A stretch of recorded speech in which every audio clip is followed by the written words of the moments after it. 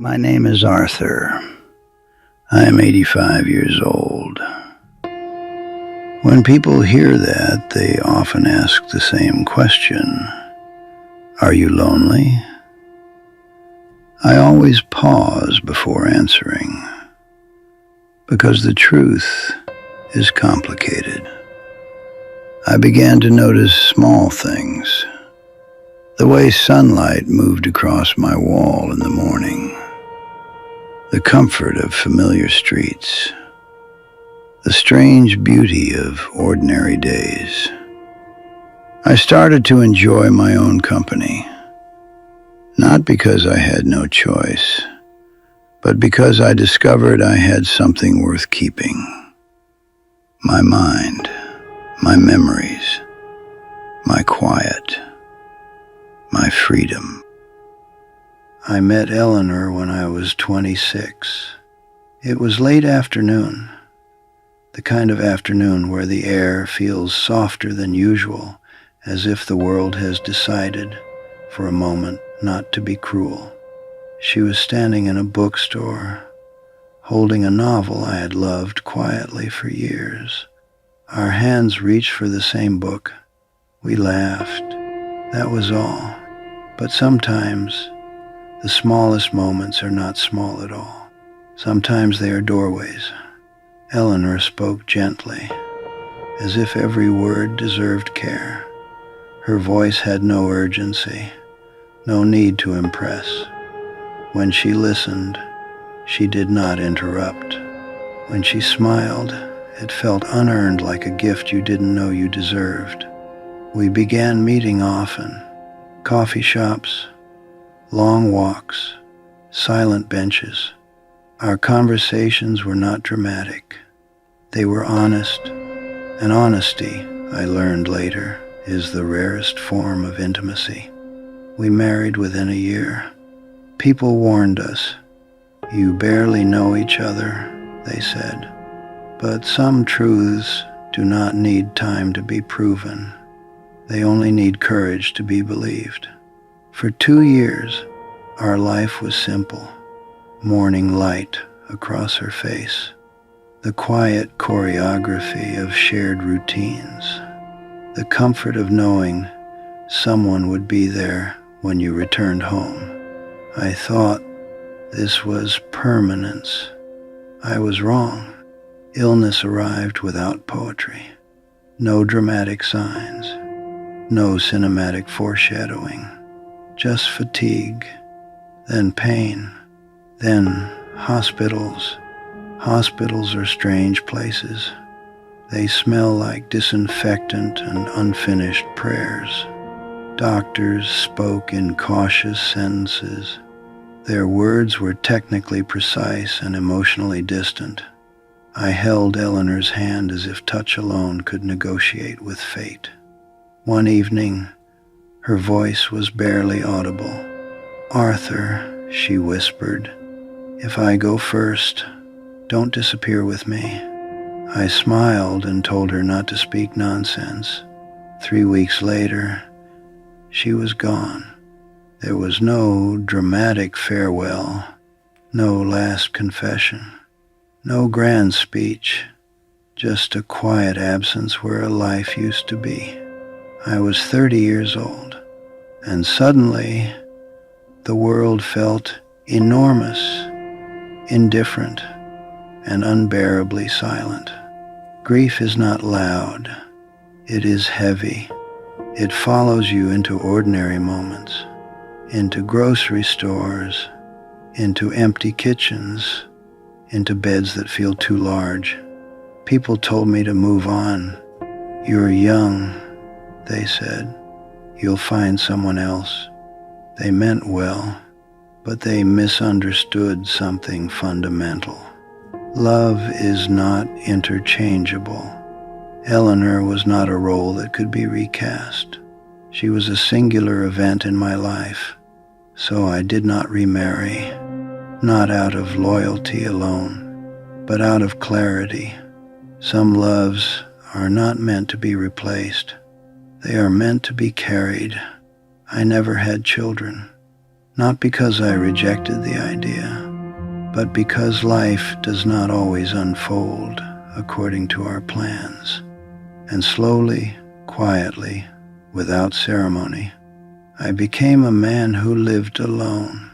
At first, solitude felt like punishment. Evenings stretched endlessly. Rooms echoed with memories. Time moved slower than my heart could bear. I filled my days with work. Work is a convenient anesthetic. It numbs without healing, but silence is patient. It waits, and one day it spoke. It asked me a question I had avoided for years. Who are you when no one is watching? I had no answer. I realized that I had built my sense of meaning on the presence of another person.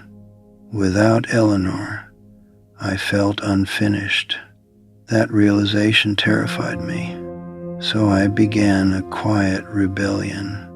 I learned to walk alone without sadness, to eat alone without shame, to travel without needing company, to sit with my thoughts instead of escaping them.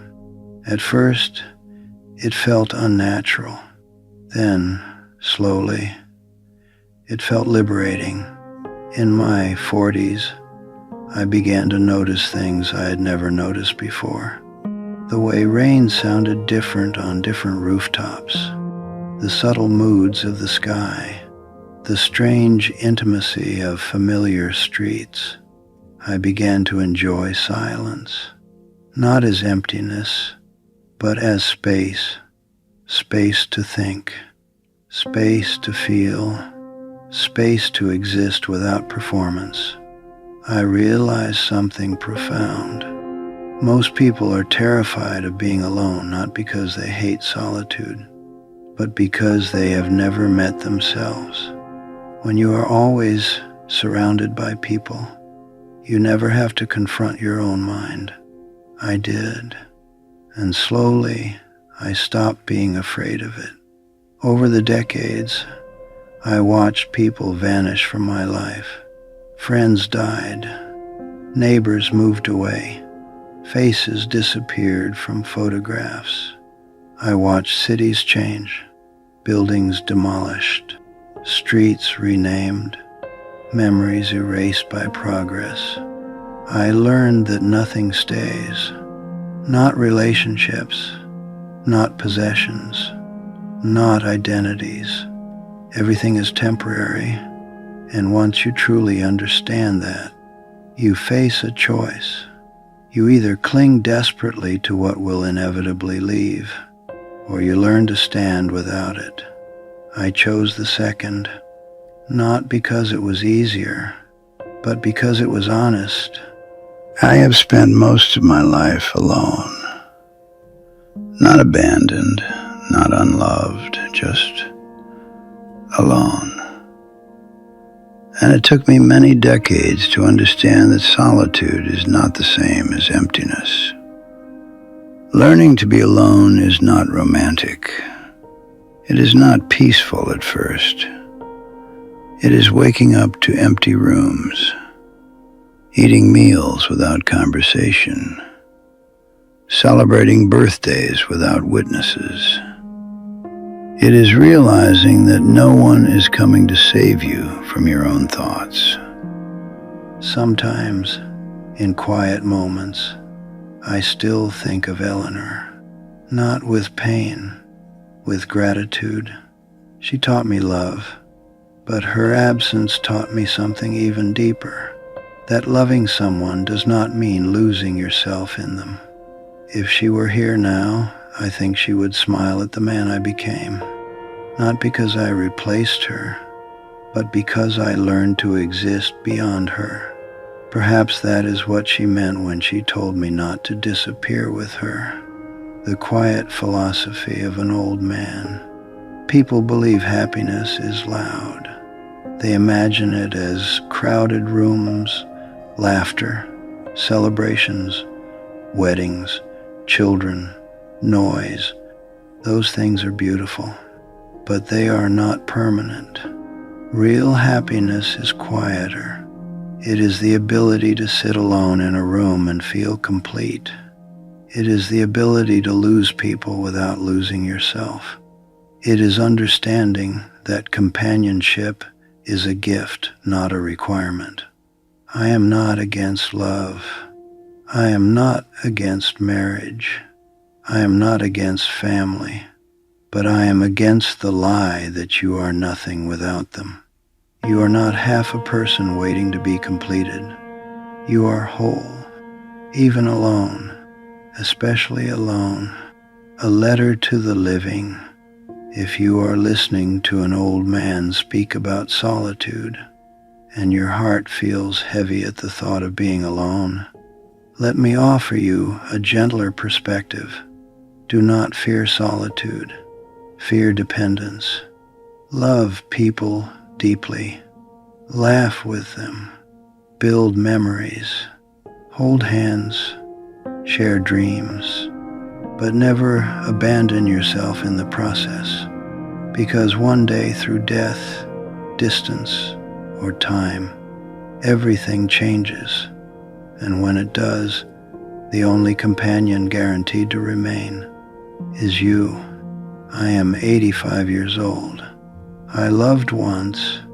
I lost deeply. I lived quietly, and in the silence that followed, I discovered something most people spend their lives running from: the strange, beautiful, terrifying freedom of being enough on your own. And perhaps that is the truest form of happiness.